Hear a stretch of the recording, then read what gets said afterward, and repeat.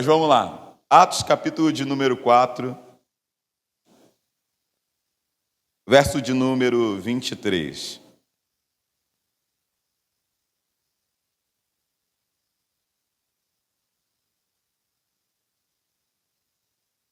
Atos, capítulo 4, versículo de número... volta aqui. Versículo de número 23.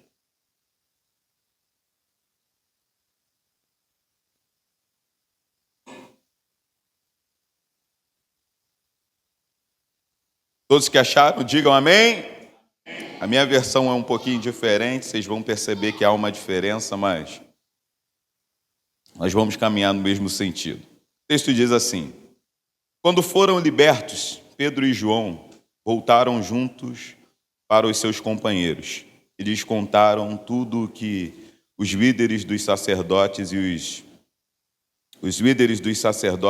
líderes tinham dito a eles. Quando ouviram aquilo, todos juntos oraram a Deus dizendo: Mestre, o Senhor fez o céu, a terra, o mar e tudo o que neles existem. O Senhor disse por meio do Espírito Santo, pela boca do nosso antepassado Davi, seu servo, porque se revoltaram as nações e porque os povos fazem planos fúteis. Juntam-se os reis da terra e os governadores para lutar contra o Senhor e contra o seu rei escolhido. Sim, pois Herodes, Pôncio Pilatos e os judeus e os que não são judeus se reuniram nesta cidade contra o seu santo servo, Jesus, a quem o Senhor ungiu. Eles se reuniram para fazer todas as coisas que o Senhor, pelo seu poder e vontade, já há muito tempo, tinha decidido que deveriam acontecer. E agora, Senhor, ouça as ameaças dele e dê aos seus servos habilidades para falarem a sua mensagem com toda a coragem. Enquanto isso, mostre o seu poder para curar e faça com que os sinais e coisas maravilhosas sejam feitos quando nós o pedirmos em oração no nome do teu santo servo, Jesus. Quando acabaram de orar, o lugar onde eles estavam reunidos tremeu. Todos ficaram cheios do Espírito Santo e começaram a falar a mensagem de Deus com coragem ou com ousadia. Feche os seus olhos rapidamente. Senhor, louvamos o teu nome, te engrandecemos e te exaltamos neste lugar. Estamos aqui para fazermos menção da tua palavra. E o que nós te pedimos nessa noite é que o Senhor fale aos nossos corações.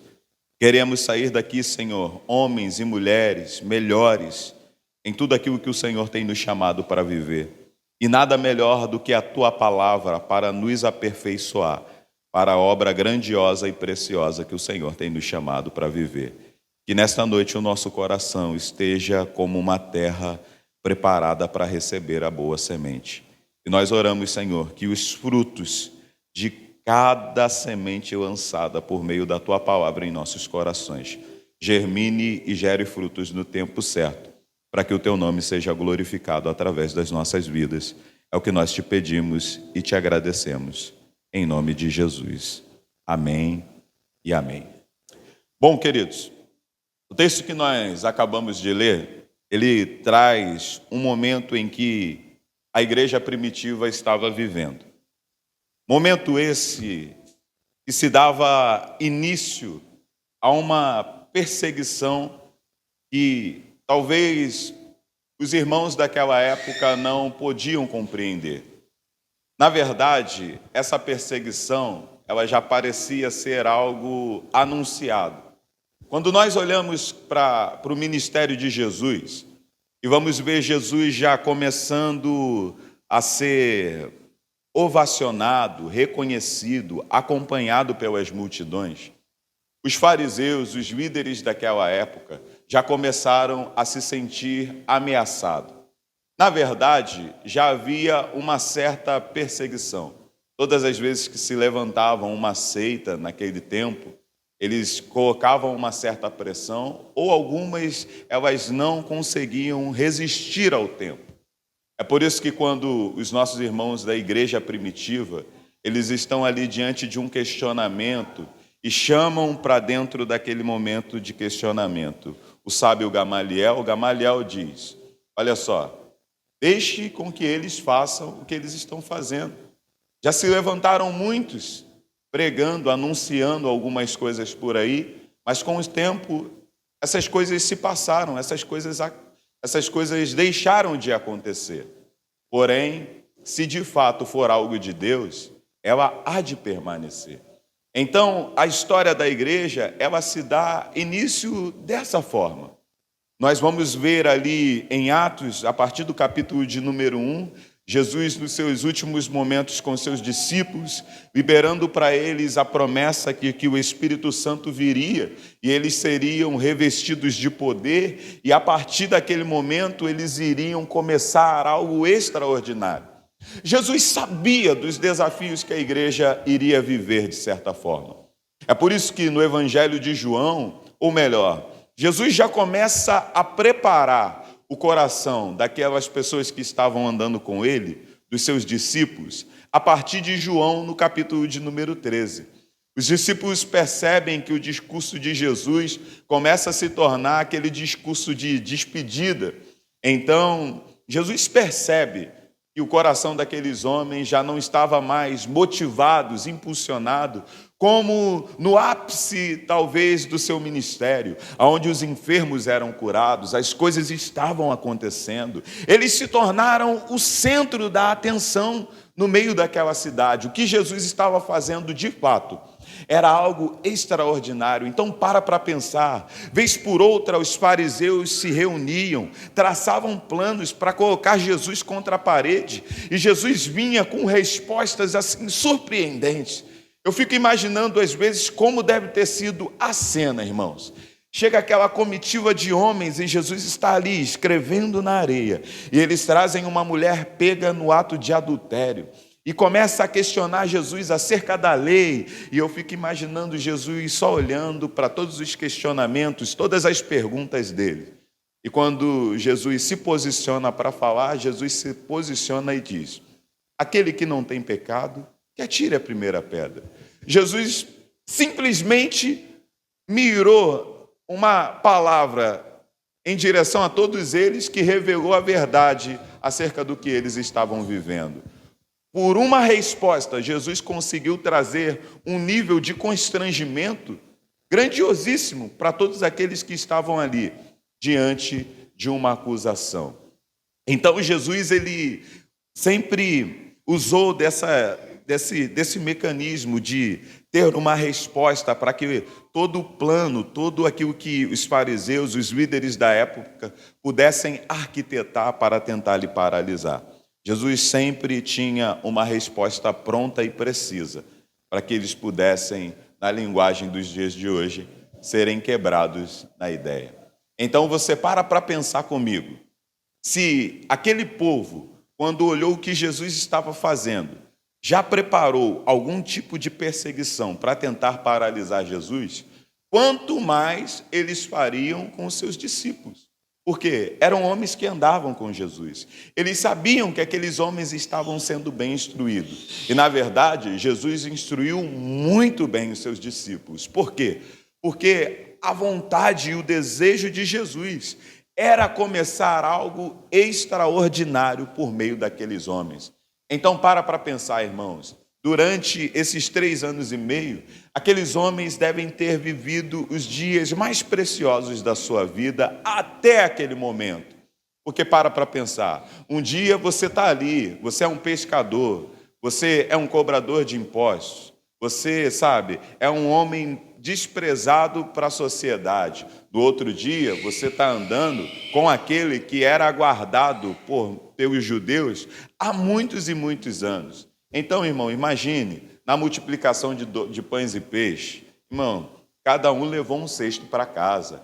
Imagine como deve ter sido quando Jesus envia eles de 2 em 2 para eles irem pela cidade, e aqueles homens vivendo um tempo muito precioso. Imagine, irmãos, você está dentro de uma embarcação, aquela tempestade. Irmãos, foi algo precioso. Porque eu paro para pensar como deve ter sido aquela cena. Uma vez, na última pescaria que teve, foi um momento em que eu parei para pensar um pouco nisso. Quando a gente chegou no momento em que nem o barqueiro sabia onde estava a ilha. Eu entrei em desespero, mas graças a Deus, assim, meu desespero ele é sempre interno. Então, quando o camarada falou assim, gente, a ilha está por aqui, mas eu não sei onde está. Eu parei para pensar, se esse cara anda aqui todo dia, ele não sabe onde está a ilha?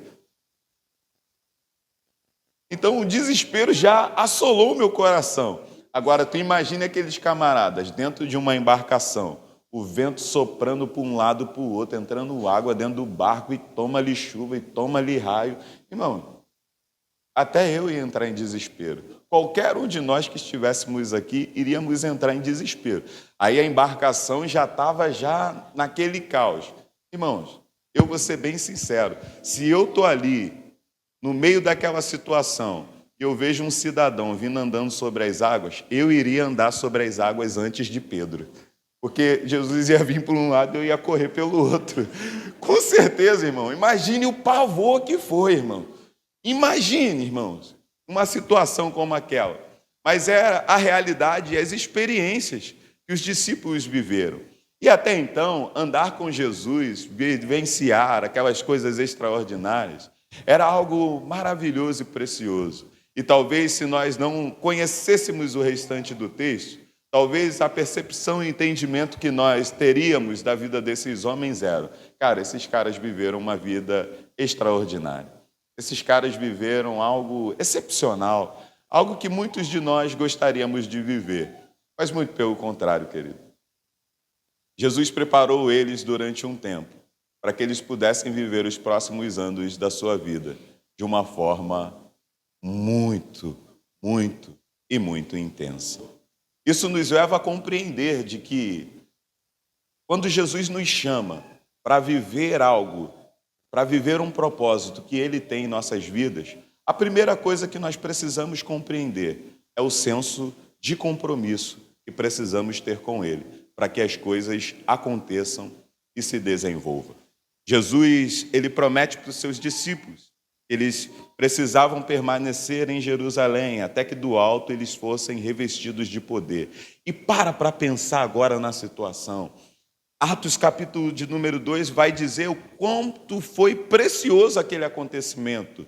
Cumprindo-se o dia de Pentecostes, estavam todos ali reunidos no mesmo lugar, quando de repente veio um som como o de um vento impetuoso, encheu toda a casa, e aí você imagina aquele aleluia, glória a Deus e línguas estranhas para lá, aquele negócio precioso acontecendo.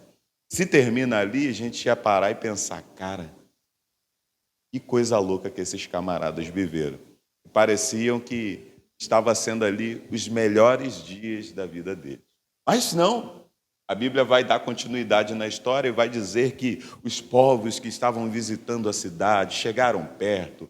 Pedro se pronuncia, se levanta, faz uma pronúncia.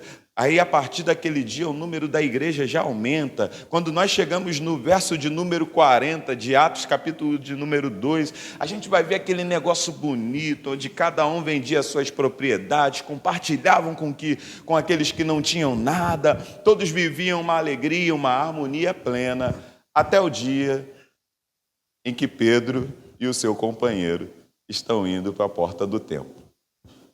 A partir daquele dia, a história muda. E aí agora, esses homens, eles entram no centro do plano que Jesus havia preparado eles para viver. Porque o texto vai dizer que, enquanto eles estavam entrando no templo, havia ali um paralítico. E a cura daquele paralítico gerou uma grande confusão e um problema para a igreja. Mas sabe o que me chama a atenção, irmãos? É o comportamento e o posicionamento daqueles homens. Eles estavam se posicionando como homens de Deus naquele tempo? Sim, não havia nenhuma dúvida. Eles estavam fazendo o que era certo? Sim, não há nenhuma dúvida.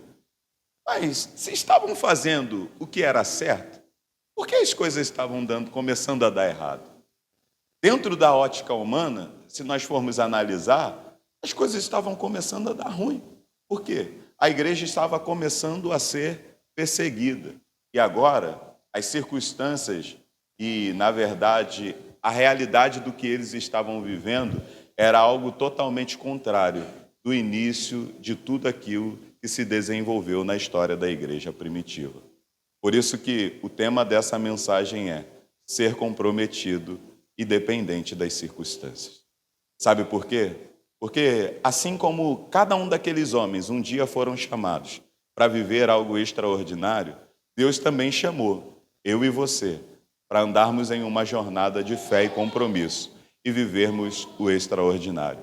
Mas sabe qual é o maior desafio que nós temos visto nesses dias quanto à igreja? É como nós vamos lidar com as questões quando as coisas não derem certo, de acordo com aquilo que nós planejamos, de acordo com aquilo que nós projetamos para as nossas vidas. Porque, irmãos, nunca talvez tenha entrado no plano de Pedro e dos irmãos que estavam ali iniciando a história da igreja primitiva, passar por apertos tão grandes como eles passaram. Mas a vida desses homens, mediante aos dias difíceis, trazem para nós um modelo e um padrão do que é de fato viver uma vida de compromisso com Deus, independente das circunstâncias. O texto que a gente acabou de ler é o texto onde Pedro e João, eles estavam ali, pronto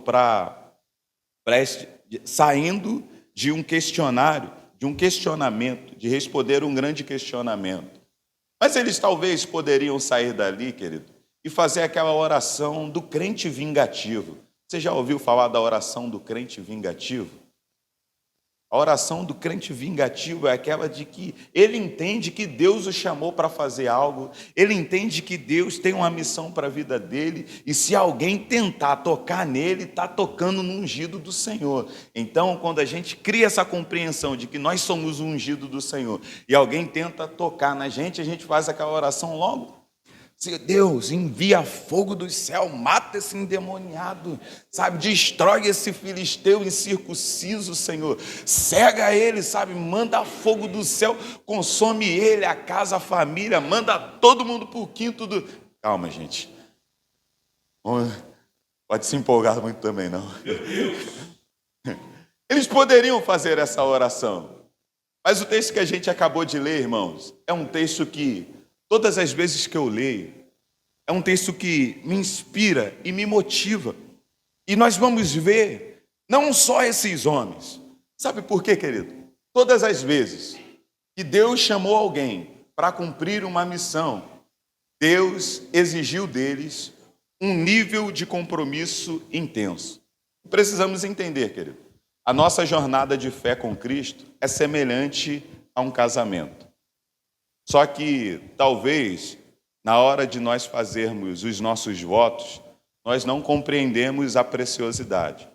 Quando você se casa, né, você chega lá diante daquele altar bonito, olha para sua noiva, você faz o seguinte voto: prometo ser fiel na alegria ou na tristeza, na saúde ou na doença, na riqueza e na pobreza, até que a morte os separe. Já com Cristo é diferente. Prometo ser fiel na alegria ou na tristeza, na saúde ou na doença, na riqueza ou na pobreza, até que a minha morte nos una para sempre. E aí, quando nós compreendemos a dimensão dessa aliança, desse chamado que Deus tem feito a cada um de nós para vivermos um compromisso com Ele, eu e você precisamos entender a vida de intimidade, de um compromisso com Deus, é um caminho sem volta. É um caminho sem volta. E às vezes nós perdemos a compreensão do que isso representa para cada um de nós. Entenda, querido, se você tem a certeza e a convicção de que Deus te chamou, de que Deus tem algo para fazer na tua vida, e de que Deus te chamou para ser alguém que vai cumprir um ministério de excelência, você precisa já entender uma coisa: todo chamado ele vai vir com um desafio. E talvez esse desafio vai contrariar a sua perspectiva de onde Deus disse que você iria chegar. Porque imagine, Jesus falou que aqueles homens fariam obras maiores. E eles fizeram essa oração, sabe por quê, querido? Eles tinham a certeza e a convicção de quem os chamou e a voz que eles ouviram quando eles foram chamados. E há uma preocupação no nosso coração nesses dias como igreja. Por quê? Porque assumimos um compromisso com Deus e muitas das vezes nós oscilamos. E nós vacilamos, querido. Mas eu tenho percebido algo nesses dias, sabe? Analisando, observando alguns pontos em meio ao que nós temos desenvolvido com Deus. E algo tem acontecido de uma forma bem expressiva e gritante. Muitas das vezes nós assumimos um compromisso com Deus, mas não temos a certeza da voz que direcionou a nossa vida para cumprir aquilo que nós fomos chamados para fazer. E aquilo, querido, se você não tem a certeza e a convicção de quem te chamou, você não vai cumprir um chamado com certeza e convicção. O problema é que às vezes nós queremos nos aproximar de Deus. Deus me usa e faz isso através da minha vida. E quando Deus te coloca em uma posição onde as circunstâncias são contrárias, você olha para as circunstâncias e olha para quem te chamou. Se você não tiver a certeza de quem te chamou, você vai ser levado pelas circunstâncias. Nós seremos levados pelas circunstâncias. Então imagine, irmãos, Jesus prometeu e disse que aqueles homens fariam obras maiores, que eles iriam, ser percursores daquilo que Deus estava começando a fazer na terra. E logo no início de tudo aquilo acontecendo, se inicia uma perseguição. Mas a oração desses homens foi uma oração de quem demonstra que tem convicção de quem os chamou, de quem tem a certeza de que Deus os chamou para cumprir algo extraordinário. E se as circunstâncias estavam começando a se levantar de uma forma contrária, era porque o que Deus havia os chamado para viver era algo precioso demais. E Deus sempre fez assim desde o início, querido. Imagine comigo, nunca houve chuva sobre a terra. Deus agora chama Noé e fala assim: Noé, a terra está corrompida, os homens se corromperam, se perderam. Eu vou te dar aqui um plano totalmente arquitetado, porque vai vir um dilúvio sobre a terra. Imagine, irmãos, nunca ouviu-se falar de chuva. Agora um camarada, ele começa a construir um grande barco. Para pensar. A construção da arca, ela durou em média 100 anos. Imagine quando Noé estava ali no 10º ano, talvez, da construção. Irmãos, para quem passava e olhava e via Noé construindo aquilo, talvez os conhecidos, trazendo assim para uma linguagem da nossa linha de entendimento, falavam assim: esse cara está maluco, esse cara está doido, esse cara está surtando. A Bíblia não relata, irmãos, mas talvez pode ter chegado até alguém assim, ter dado uma ideia em Noé. Pô, Noé, acho que tu está viajando na maionese, cara. Pô, Noé, tá surtando. Nos últimos dias, talvez tenha andado muito sozinho, tu está ouvindo a voz da tua cabeça. Mas Noé, durante todo aquele tempo, ele tinha convicção de quem havia o chamado. E ele foi fiel ao compromisso que ele assumiu com o Senhor. Para pensar. Abraão. Às vezes eu olho para Abraão e falo assim: pensa num cara doido de verdade. Irmão, velho, bem de vida, aquele camarada que chegou num ápice onde ele já estava avançado em idade, mas Abraão não estava dependendo do INSS, não. Abraão estava com a sua vida consolidada, tranquilinho, sem dor de cabeça nenhuma. Aí vem a voz de Deus para Abraão. Deus chama Abraão para um compromisso. Abraão, sai da tua terra, da tua parentela, vá para o lugar que eu te mostrarei. Farei de ti uma grande nação e tu serás uma bênção. Irmãos, se sou eu ia falar assim: você é louco, cachoeira. Vou não. Estou aqui na minha tranquilão. Eu acredito, tipo assim, vamos fazer uma linguagem, falar aqui numa linguagem nos nossos dias de hoje. Se tivesse tudo dando ruim para Abraão, tipo assim, Abraão tivesse naquela situação onde não tivesse mais como as coisas darem errado e Abraão fosse, é tipo assim, vou dar o tiro no escuro e quem eu acertar, eu acertei. Mas a realidade de Abraão não era essa. Mas Abraão decidiu ser obediente. Hebreus vai dizer que Abraão creu contra as circunstâncias. Você tem ideia do que é isso? Aí vamos avançar.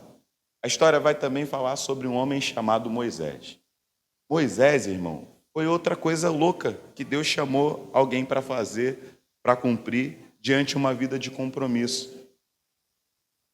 Quando Deus chama Moisés, e ele estava ali apacentando o rebanho do seu sogro Jetro, Moisés já estava vivendo uma vida tranquila, até porque o lugar onde Deus chamou ele para estar era o lugar da onde ele saiu fugido.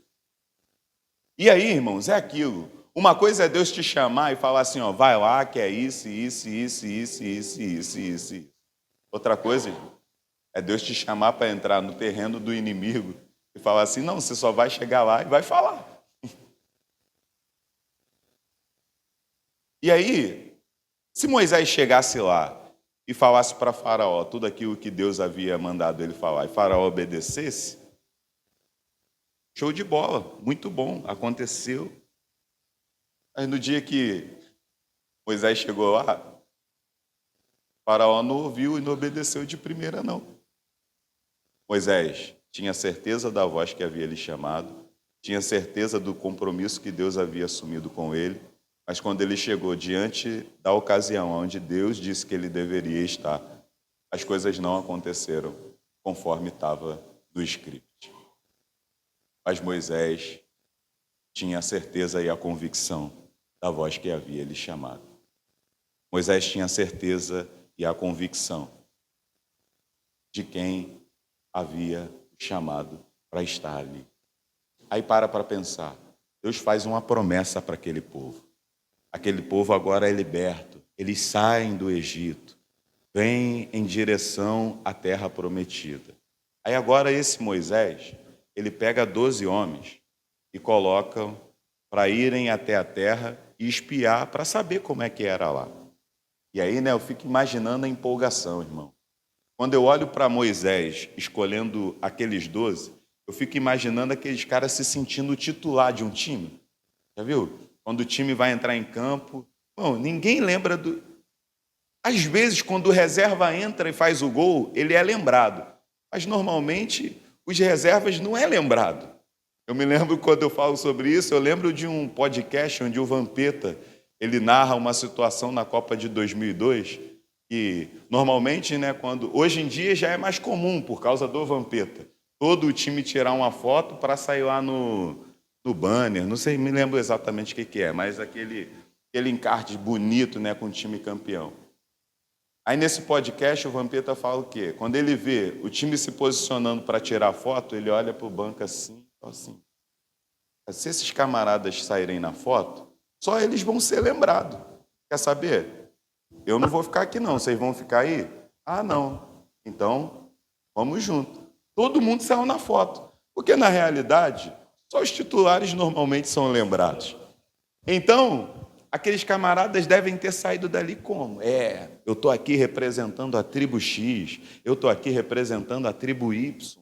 A gente vai chegar lá, o lugar que Deus deu para a gente é um lugar bom, precioso. E aí, irmãos, quando eles chegaram lá, eles se depararam com um gigante. E aí, a gente vê a realidade sobre quem entende a voz que ouviu quando foi chamado e a voz de quem fica com dúvida quando foi chamado. Eles passam todo aquele período ali e agora eles voltam para trazer o relato. E aí, irmãos, quem tem certeza da voz que ouviu quando foi chamado, olha para as circunstâncias e não tem dúvida da direção que a voz que o chamou deu. Eu imagino 10 vindo cabisbaixos e preocupados. Irmão, mas Josué e Caleb, irmão, eles nem deram conta. de pensar ao contrário do que Deus havia chamado que iria fazer por eles. Imagine na hora do relato, todo mundo, mas é isso, é aquilo, que não sei o que lá, que não sei o que lá, todo mundo cabisbaixo, e imagine agora Josué e Caleb se posicionando, não, a gente vai chegar lá, a gente vai vencer, se Deus disse que a gente vai, e é assim, se Deus disse que vai acontecer, então vamos. E por causa do relato de 10, todo o povo desanimou. Sabe por quê, querido? Porque tiveram dúvidas de quem os chamou e da voz que eles ouviram quando foram chamados. Nós precisamos compreender isso, sabe, de uma vez por todas, para que não haja dúvida no nosso coração. E aí, querido, existe um método, um mecanismo hoje, para que nós possamos desenvolver a nossa fé, sem permitir com que ela seja esmorecida no meio do caminho por conta das circunstâncias. Às vezes nós queremos ouvir a voz de Deus e a gente vai para um podcast, a gente vai, sabe, para aquele camarada que tem uma palavra motivacional. Mas eu quero, mais uma vez, deixar bem claro para você e para ficar bem frisado no nosso coração. Se você não desenvolver a sua vida de experiência com Deus aqui, e entender que a maior de todas as promessas que Deus tem para a sua vida não é o eis que te digo, de que qualquer um profeta que seja possa declarar para você em qualquer lugar desse mundo. Se você entender que as maiores promessas e a certeza do chamado e de que Deus está te chamando para cumprir algo extraordinário não forem absorvidas daqui, em algum lugar você vai esmorecer na fé. Precisamos mais do que nunca. Então, hoje a gente vai sair daqui mais ou menos como o Wilder saiu de lá do consultório. Você sabe o que precisa fazer. Nós sabemos o que precisa ser feito. Agora é só colocar em prática, querido, para vivermos uma caminhada plena. E talvez você fique pensando assim, mas você está querendo falar isso, mas no dia difícil, gente, no dia difícil vai ser dia difícil. Mas o dia difícil dura a vida toda? Não, querido. E por mais que a maior parte dos seus dias aqui nessa terra seja difícil, eu me apego naquilo que o apóstolo Paulo fala aos romanos. Para mim tenho por certo, as aflições do tempo presente, elas não são para se comparar com a glória que a cada um de nós há de ser revelada aqui. Deus tem nos chamado a um nível de compromisso para quê? Para que o propósito dele se cumpra aqui na terra, nós vivamos as promessas que ele tem para a nossa vida aqui na terra, e quando nós fecharmos os nossos olhos aqui, nós estejamos com ele na eternidade. Por isso que não é um compromisso de ser fiel uma vez ou outra, é ser fiel e comprometido com ele em toda a sua vida. Sabe? É compreender que de vez por outra, aquilo que você planejou, aquilo que você projetou, alguns lugares que Deus disse que iria te levar, as coisas ali não vão acontecer da forma que eu e você estamos pensando que vai. Mas as circunstâncias ou os acontecimentos contrários ao que nós projetamos não vai mudar nada aqui dentro. É como o apóstolo Paulo diz aos Filipenses: se eu tiver tudo, eu sei viver tendo tudo. Se eu não tiver nada, eu sei viver tendo nada. Eu aprendi, eu desenvolvi a capacidade em Deus de estar satisfeito em pleno, independente das circunstâncias. Posso todas as coisas naquele que me fortalece. É didático, é simples. Sabe? É só colocarmos em prática e mergulharmos naquilo que Deus tem para a nossa vida. E Deus tem despertado o nosso coração, nos sacudido, por quê? Porque Ele precisa e Ele vai agir na terra nesses dias. Mas Ele só vai agir e fazer algumas coisas quando um povo se levantar totalmente comprometido com Ele. Sabe?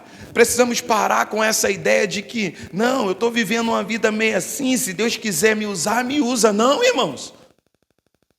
Entenda, se nós não estivermos enquadrados em um padrão a qual a nossa vida nos leve a ter a convicção de que nós somos salvos em Cristo, nós não estaremos habilitados para ser usados por Ele.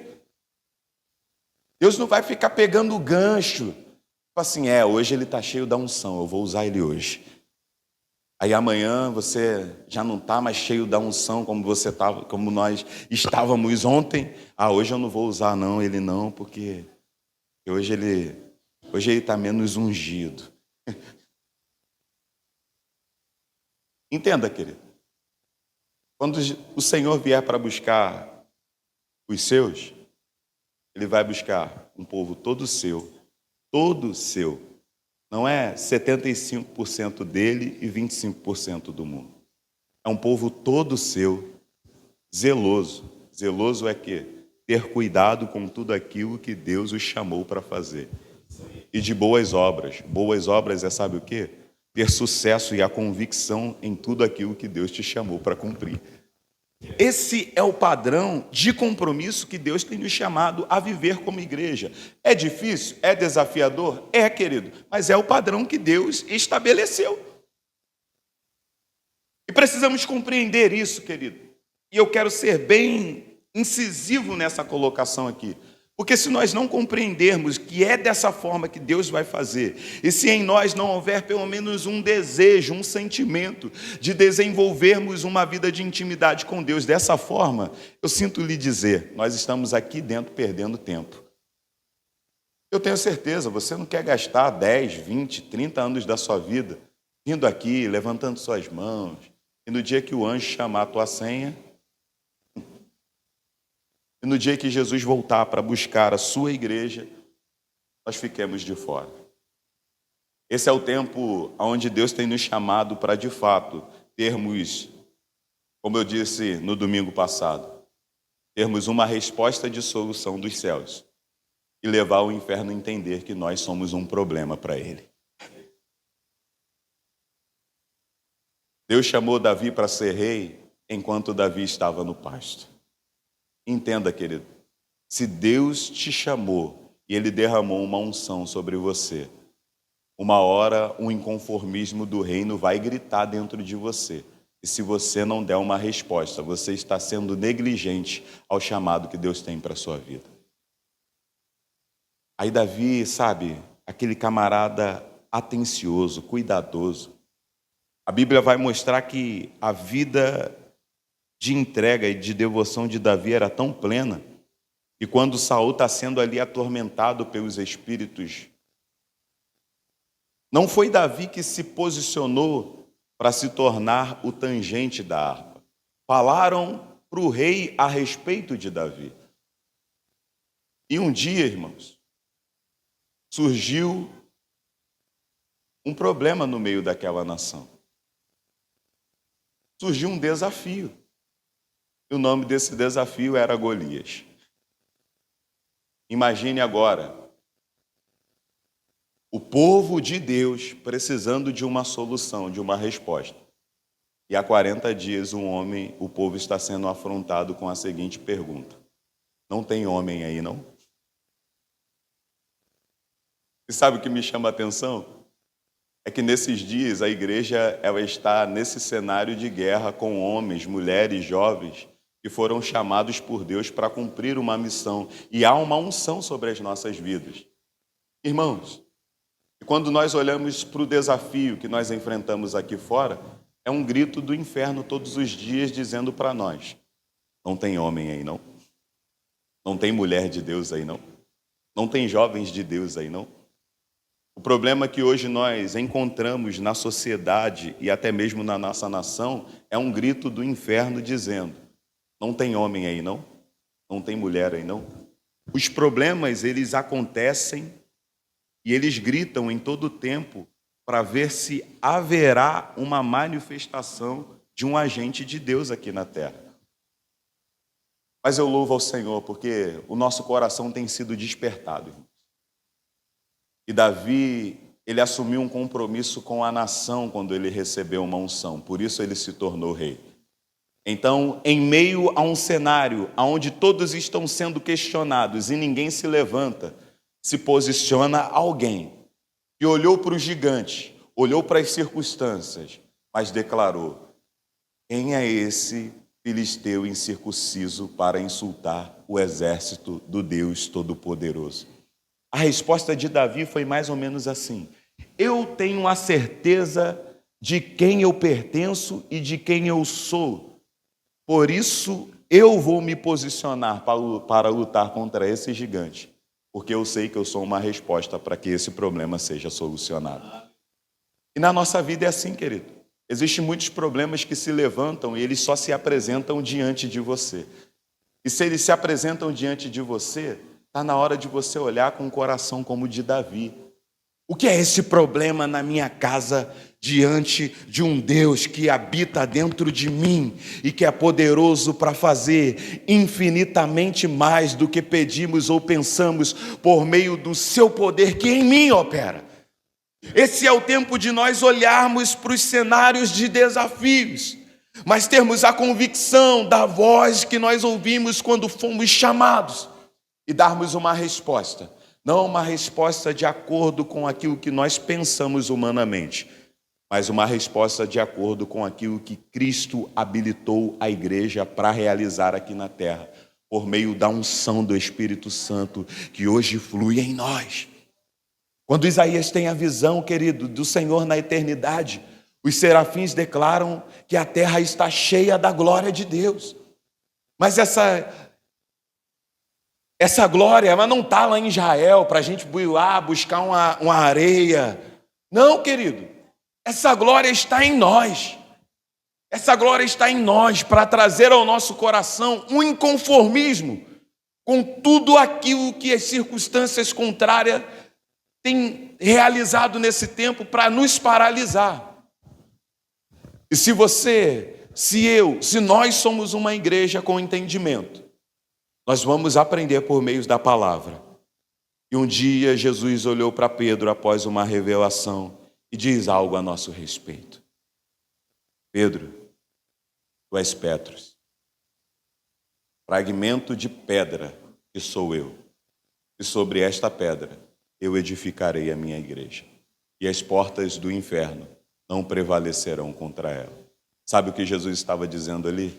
Pedro, a igreja está fundamentada em mim e nenhuma circunstância contrária pode paralisar a igreja que está firmada em mim. Nós só precisamos compreender, querido, que o nosso compromisso com Deus nos leva à realidade e à capacitação de que nós somos essa igreja. Eu e você somos essa igreja. É aquela igreja que diante dos desafios a gente não murmura. Porque para pensar comigo. Imagine, irmãos, aquele povo sendo perseguido, aquele povo agora sofrendo insultos. Eles poderiam ir para alguns lugares da sua vida e talvez cantar o famoso sabor de mel. Eu gosto de falar do sabor de mel. Eles poderiam ir para ali e falar: Deus vai fazer justiça. Quem me viu passar na prova e não me ajudou, quando eu estiver na bênção vão se arrepender. Mas não, irmãos, eles decidiram fazer diferente. Eles decidiram fazer o quê? Agora, Senhor, ouça as ameaças dele e deem aos seus servos habilidade para falarem a mensagem com toda a coragem. Enquanto isso, mostre o seu poder para curar e faça com que os sinais e as coisas maravilhosas sejam feitas quando nós lhe pedimos em oração no nome do seu santo servo Jesus. Quando acabaram de orar, o lugar onde eles estavam reunidos tremeu, todos ficaram cheios do Espírito Santo e começaram a falar a mensagem de Deus com coragem. Talvez a falta de coragem que há em nós para realizarmos algumas coisas que Deus tem nos chamados para realizar, seja por conta do nosso nível de compromisso com Deus, que não esteja tão intenso. Porque esses homens, essas mulheres, esse povo, eles tinham total convicção do compromisso que eles tinham e de quem os chamou para assumir um compromisso. E essa é a mesma ideia, entendimento que nós precisamos ter como igreja nessa. E nessa noite, querido, eu queria orar junto com vocês.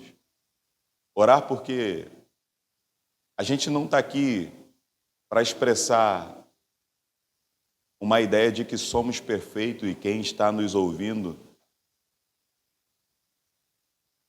é que tem um problema.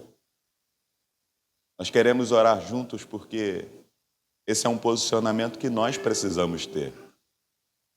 Ou você acha que quando os dias difíceis chegam para mim, para não dar aquela balançada?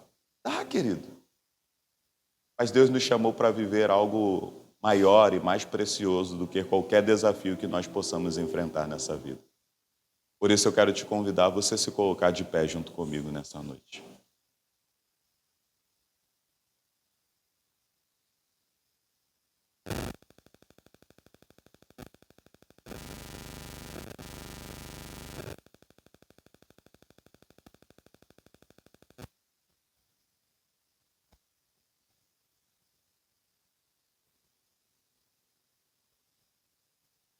Talvez você chegou aqui e